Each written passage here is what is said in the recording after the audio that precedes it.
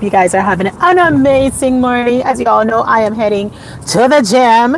Yesterday was my daughter's birthday. She turned 15, and let me tell you, we had a ball. Okay, she enjoyed her birthday. We did a little bit of everything that she had on her little checklist, so she was very contented. The downside of that was that she was under the weather, and I told her we could postpone for this weekend, but she wanted to do it on her birthday. I filled in the blank finally with the help of daddy, and we found out she wanted to spend time with mommy. So she saw, we had a day where we had a fun time. We did the things which similar alike. We like certain things. Like I like Calvin Klein brand. She liked Calvin Klein's. You know, I like Levi's. She liked Levi's. You know, the difference is I'm not going by the jean pants, but they did have some nice denim skirts up in there. And then we went to her nice little Japanese Hello Kitty store, and she bought herself a whole bunch of nice little trinkets there. And like I was mentioning, you know, on everybody's birthday, that's 1 year of life that you had or have, and why not celebrate it? You know, it's good to celebrate those special moments because you just never know when, if you will be able to meet the next one, you know. And like what Minister Mars always say, you make sure that you are praying every day and keeping up. Hello, Sister Tanya. Making sure that you are cleaning out the feces in your worship, and you know, changing your life, changing your attitude, changing your mind in order for us to be able to progress to the next level. Because moving to the next level, guys, it's going to call for change. You have to change. Yesterday or day before yesterday's message with Minister Marge, when he was talking about the kingdom, and you know, he did mention something there that I definitely was like, wow, that's profound. You know, when he was talking about a lot of time we change. It's not about changing or repenting and then repeating the same thing. You got to repent and you got to change. That's the concept of it. It's not repenting and then change and then repeating the same habit. You got to be able to tweak and twirl, and some habits that we have within our little feces is tougher than others to get rid of. So Minister Maz just hit on that and just talking about, you know, bettering yourself, making sure that every day you work on you. I always talk about mastering yourself on a daily basis and not worrying about nobody else's little devil. Worry about yours. Okay, focus on you, focus on the things that you need to work on. That's what I keep telling myself, and so far, guys, so good. So in regards to my daughter's birthday yesterday, it went phenomenal. We did not did a happy birthday cake, but she decided she wanted to continue her celebration with her cake and her friends on the weekend, because during the week her friends was in school, so she was not able to celebrate it the way that she wanted to. And guys, I just want to let you know, I felt special, you know. I remember when I was 13, you know, and to see my daughter now, I have a daughter that's 13 years old. She's growing up into such a beautiful human being, you know, with a heart of a gold. You know, she is very kind, very, very mindful of others. So I must tell you guys, I'm not tooting my own horn, but I did well. Me and my husband did well with our 2 kids. Okay, my older son, you all know already, is my special needs son, but that don't mean that there's not rules and regulation in our household. We still train him and teach him of the do's and the don'ts, and you know, we hold that highly, and he keeps up with it as well. You know, he knows what he can and can't do and what he shouldn't be doing.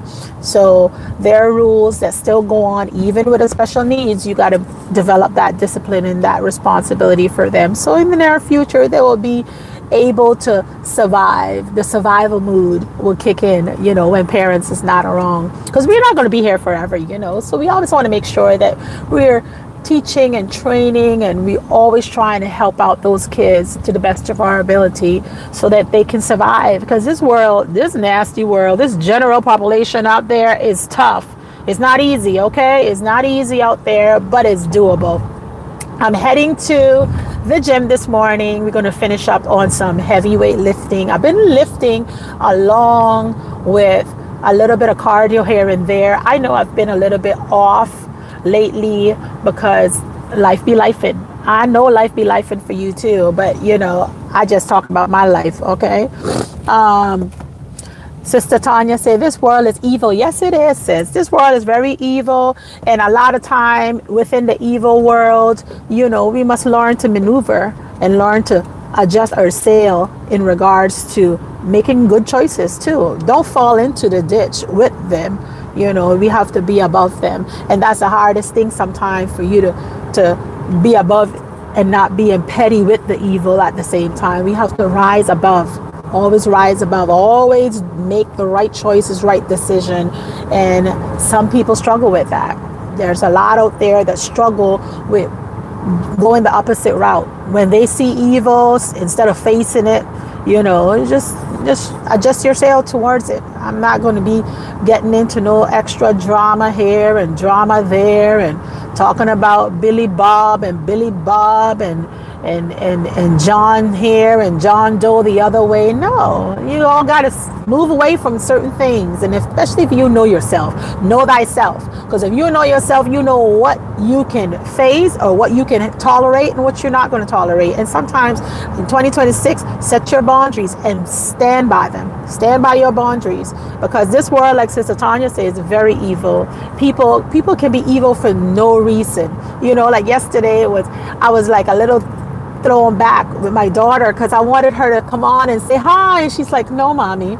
She said I don't want to be on the social media. And I was like, why, Jada? Mommy loves social media, you need to be on social. She's like, no, because people can be very mean sometimes. And I was like, okay, I hear you, I respect that. And by the way, my kids are not on social media. They don't have no YouTube channels and no other channels, and whatever whatever they're on is one of either my account or their father account. And that's how we monitor them. And they're not into all that stuff. The only one thing they like is Roblox. Shoot, I was to the point where I was like, let me check out Roblox and see, what is this Roblox all about? And then all of a sudden, I end up on Roblox myself. Oh my gosh, guys, I got me $1 million house on Roblox. You all tell me about it. I was thinking I was going to just be a suspect, go in there to see what it is my daughter was doing on these Roblox, and trying to Bloxburg and all that stuff. And I was like, oh, this Avenue thing, and what is this? And is this okay? And then all of a sudden, as a parent, I got hooked on it myself. So yes, I must tell you guys, I must confess to you guys, I am a Bloxburg.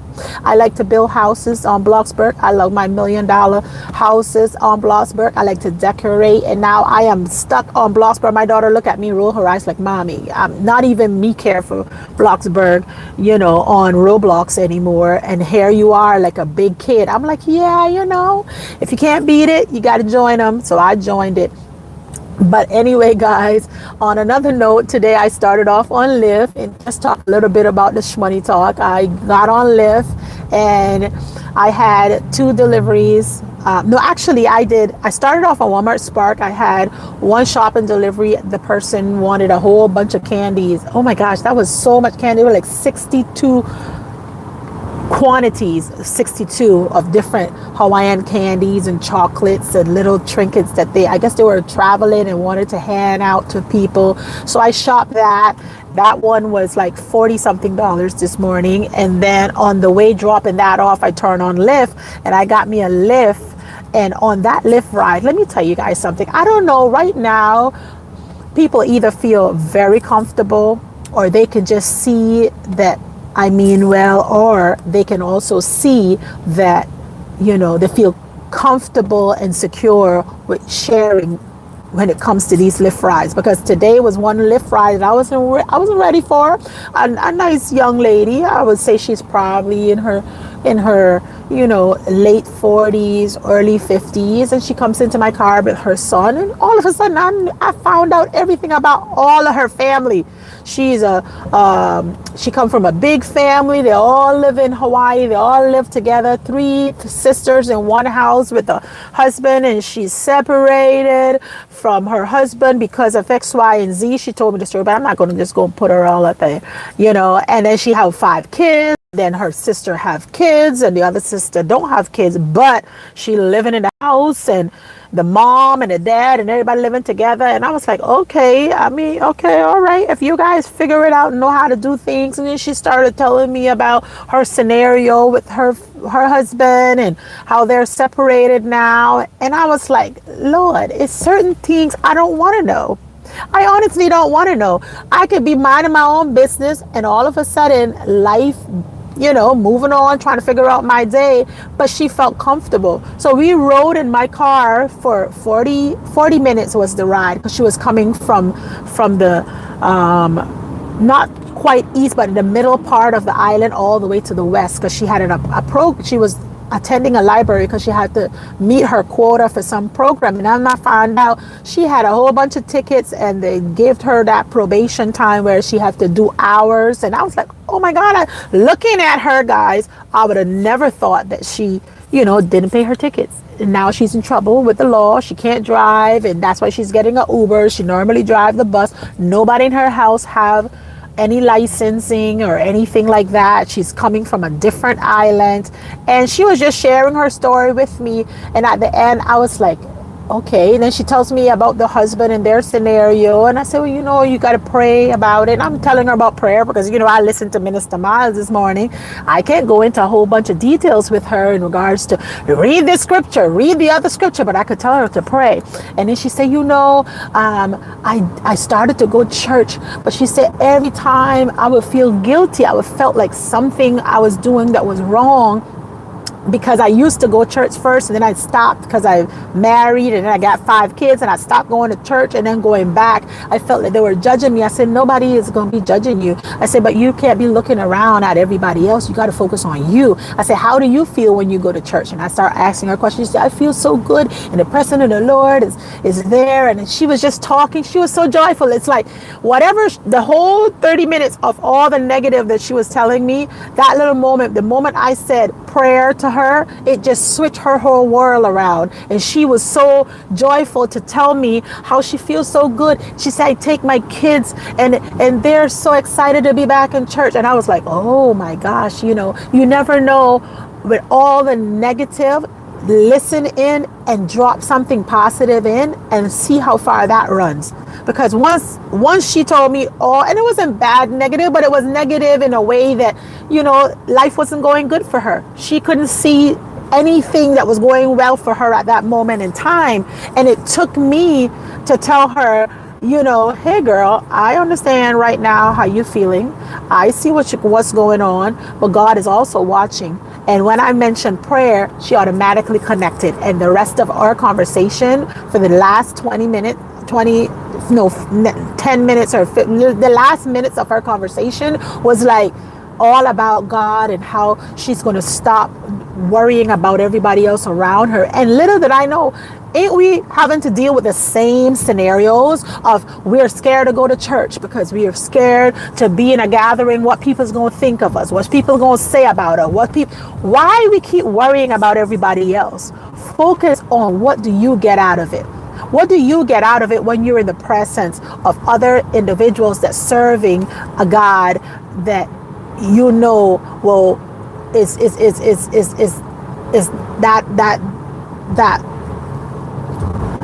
that father that's making sure that you're okay. If daddy say everything is okay, why are you worrying about your surrounding? Don't worry about your surrounding. So I hope that the few words that I did dropped on her, that she received. I just told her just continuously to pray. And then she said, well, her husband is an alcoholic, and that's why she separated. And I said, well, all you can do is pray for him. I said, just how God through prayer is changing you, that the only thing is going to change him is God. And you got to continue to pray for him. And when she left, she was so joyful. She felt at peace, you know. And instead of me just like, girl, you need to do this. You need, oh, no. All I can do is tell you to pray. You need therapy. Go into prayer therapy. Everybody need prayer therapy every day, all day, so that you can better you. And you can focus on you. And you can improve you through all the trials and tribulation of your day. Don't go 1 week at a time. Go daily, 1 week at a time. Hello, Jinx. How are you? And I wanted to put that, oh, hope all is well, Jinx, with you. We're just reminiscing, you know how that go over here, Life of Paulette. I just finished up with work and I'm heading to the gym. And I said, let me just come on, because after the gym, since I didn't work yesterday, guys, I will be working, okay? I mean, I'm going to be working, putting the time in. But I appreciate you guys for coming over today. We were just reminiscing on how sometimes people just need ears to listen to, and even though it may come across as negative to you, their story, that I'm learning more on just listen, and the only thing I can recommend is prayer. And when I said prayer, she just light up. She light up, and she was grateful for that. And I was like, wow, people are out there. Let me tell you, people are out there. Okay. And then she mentioning that, she's working out on the relationship, but she told him he has to change. And, and I was like nodding my head, because, they're already married, girl. That's who you choose. You got to go figure it out now. You're either going to stay separated for the rest of your life, or you're going to turn around and you're going to work it out. But he also has to put his effort in as well. So I think that was a great conversation. I just wanted to share that with you guys. Nothing major, but sometimes listen and share. Drop the prayer. Okay, don't be trying to tell her how to leave her husband. That's her husband. So she need to either leave him and move on by herself for the rest of her life until death do he part, or she need to go and work it out. And she told me, she said, oh, you were the only person that didn't judge me. I said, girl, I know you attached to that man. You got 5 kids with your husband. And because he is not doing what he's supposed to do right now, life be lifing for everybody. Now this is the situation that you're left in, and now you have to go and figure it out by yourself. Thank God for your family that they're supporting you, but it's not easy. It's not easy, guys. I'm not going to sit here and sugarcoat nobody that's going through marital situations. I know people right now that's going through a certain situations that, they don't know what to do. You don't know what to do. And you don't need no Debbie Downers. You don't need nobody to tell you, you should have left them long time ago. No, you don't need that in your life. You need to tell somebody, I know you. I can see you. I know you still love you. Attached. However, though, how about you? Let's start working on you and praying about you. Let's see how you can better you. Because one thing, once she improve herself and she see that she's not settling, it won't be him the problem anymore, because she already moved and grew. But if she's still down to the level down here and she can't see the value within herself, then she'll go right back into the same situation. But if she work on her, she can improve herself, and she'll be like, wait a minute, I'm not settling for this no more. I've done enough for you. For the last whatever years they've been together, for 5 kids. So they've been together a long time, But like I say, life is going to be lifing. And you better make sure you're making the right choices, and response should be on point. And only how you're going to have right choices, good response, is if you're working on yourself and cleaning out the feces within yourself. So with that, guys, I am done. I am heading to my little gym. I'll be there in the next probably another 5 minutes. Oh no, it said 12 minutes. I'll be there, but I'm going to have from you guys and let you all go about your day. I came on early today because I don't see myself coming on anytime after the gym, because I have to get my money together. My daughter took me off my game yesterday, so I lost one day. So guess what? We got to go make up for it today. I got to double up. So yes, we will double up. And if I do come on, probably, a little bit later, it will just be a traffic one, a nice little traffic conversation that we're going to have together. But That's all I have for you. What Jinx is saying? I got sick. Oh my God, Jinx, you got sick. My daughter yesterday on her birthday, she just came down with that sore throat. Make sure you guys are medicating yourself and hydrating too. She just had a bad sore throat, runny nose, and I'm looking at her like, girl, you don't want to stay home? She's like, no, mommy, I wanted to spend my birthday with you. I said, but you're sick and I don't want to get sick. So, so she was there over there with her throat hurting, with I don't know, she didn't have the fever part, but she had her throat and a runny nose, and she just felt like, she's like, I don't feel good. And I was like, okay, honey, come on, let me help you with some good old ginger tea. So I got me some nice ginger tea, and I made that for her with a little bit of honey, and I'm about to go grab me some lemons so that I could go and medicate her again tonight. I gave her all the syrup that I could give her, and she woke up this morning feeling a little bit better. But let me tell you, this flu that's going around, I don't know what kind of flu this is. This is the I don't want to leave you flu. I think that's what this one should have been named.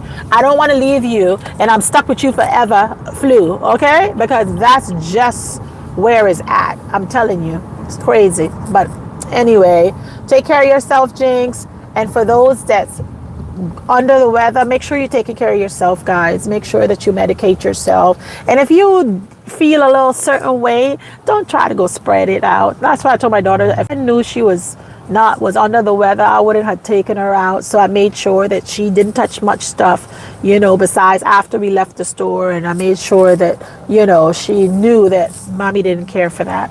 I'm watching the halftime show again, and I saw a favorite. Oh, okay. Well, go, girl. Do your thing. Well, anyway, guys, that's all I have for you guys today. I love you all, and I'll see you guys on the next one.